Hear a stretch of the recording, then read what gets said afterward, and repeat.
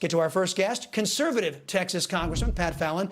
Congressman, it's always fantastic to see you, sir, and welcome. I know you always get the easy assignments. You get to come on here after I've ranted and raved about the ineffectiveness of Republicans. You just heard Biden's energy advisor saying we need to limit oil use and accelerate this transition, whatever the hell it is. Today in Texas, it's hitting 110 degrees.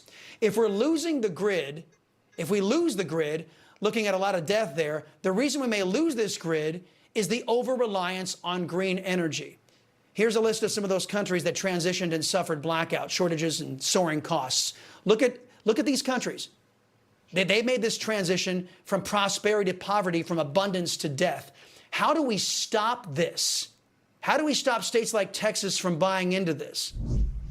Well, Chris, first of all, thanks for having me on, and I love your show. You're spouting wisdom and truths to the American people, and we owe you a debt of gratitude. Well, you know how we stop Texas from buying into this garbage? We continue to elect conservatives that will fight and push back and not just, buy in wholeheartedly to the liberal orthodoxy, because what Joe Biden has done vis-a-vis energy, Chris, is he's rule by fiat and decree, because he can't get this garbage through the Congress because of the Senate and Joe Manchin. So what we need to be doing is unleashing the American energy sector. And instead, Joe Biden, again, is putting America last by demonizing them. Yeah, he is. I wanted to get to something. You used to work in the Texas legislature, and the Republicans there just passed last session something that I call the Incumbent Protection Program. Now, according to this program, un-American and unconstitutional limits on free speech, the Texas GOP House members are not allowed to support primary challengers to their GOP colleagues. Isn't this rule worthy of a socialist, not of a Republican? Well, Chris, obviously I served in the Texas House for 6 years and have lots of friends in the Texas House. I got to tell you, when I was in the Texas House, I worked very, very hard to beat a few incumbents. Namely, their replacements are great conservatives like the chair of the Texas Republican Party now, Matt Rinaldi. He won against a very weak, was basically a Democrat and a Republican co. And then Shelby Slauson, who wrote and passed the Heartbeat Act, which has passed judicial muster 4 times now. She beat another really weak, phony Republican. So I've done this. So obviously I can't support, it's not my place to tell the Texas House what to do, because I'm not a member anymore. But I've done this very thing because not all Republicans are conservatives.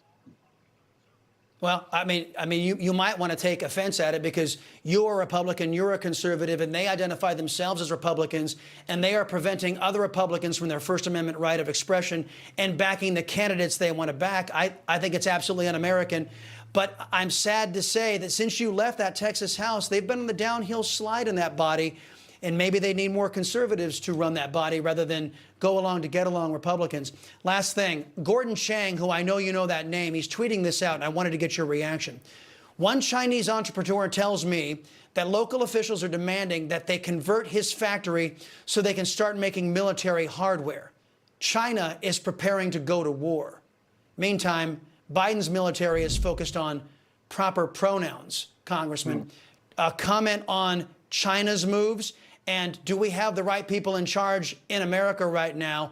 If China decides to get squirrely on the battlefront, can we stand up against them with Joe Biden sitting in the Oval Office?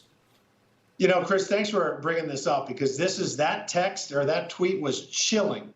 And I'm very, very afraid what China might do. So the best way to avoid China crossing those 100 miles of the straits and attacking Taiwan is to make it very clear in the Chinese Communist government in Beijing that they will be risking and guaranteeing themselves a hot war with the United States if they do that, and to protect and guarantee Taiwanese sovereignty, not their independence per se, but their sovereignty. Joe Biden has been incredibly weak on this topic, and it invites aggression. President Trump was strong. President Trump for 4 years. Did Vladimir Putin invade any country in those 4 years? No, because he knew President Trump wasn't going to put up with it.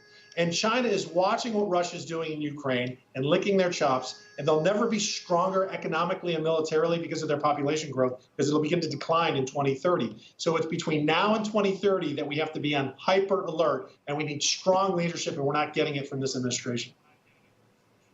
Congressman Pat Fallon, I hear the buzzer calling you to duty there in the background. Sir, I always appreciate the time here on the Salcedo Show.